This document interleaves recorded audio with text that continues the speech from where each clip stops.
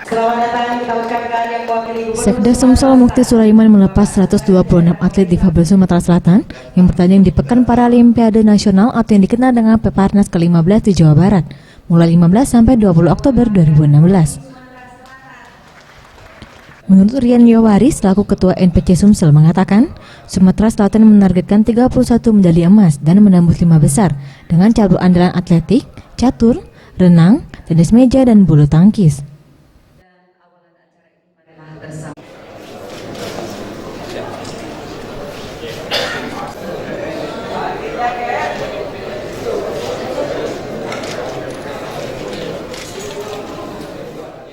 Insyaallah kalau lihat sekarang kan kita tidak hanya melihat kekuatan kita, tapi juga kita melihat kekuatan lawan.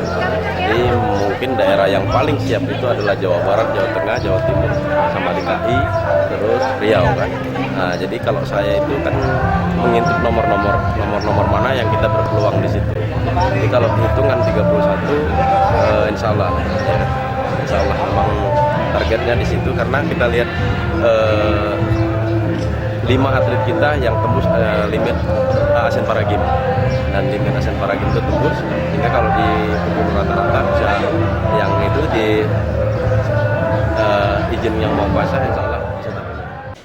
Selama persiapan sebanyak 13 atlet andalan Sumsel telah mengikuti pelatnas sehingga cukup terbuka untuk kontingen Sumsel meraih 31 medali emas. Sementara itu, Mukti Sulaiman, Sekda Sumsel mengungkapkan bahwa untuk seluruh biaya masalah teknis atlet difabel yang bertanding, kesemuanya ditanggung oleh pemerintah Provinsi Sumsel, dan atlet yang bertanding setidaknya dapat memberikan penampilan yang terbaik.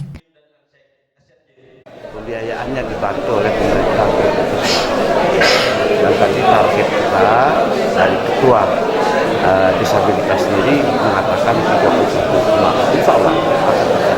Dan kita pemerintah Selatan ini terus memberikan acara, memberikan kebiayaan, kemudian nanti Diaspora dan PON juga akan datang ke Bandung untuk memberikan semangat. Raditya Satria, Septiawan Rizky, Sriwijaya TV.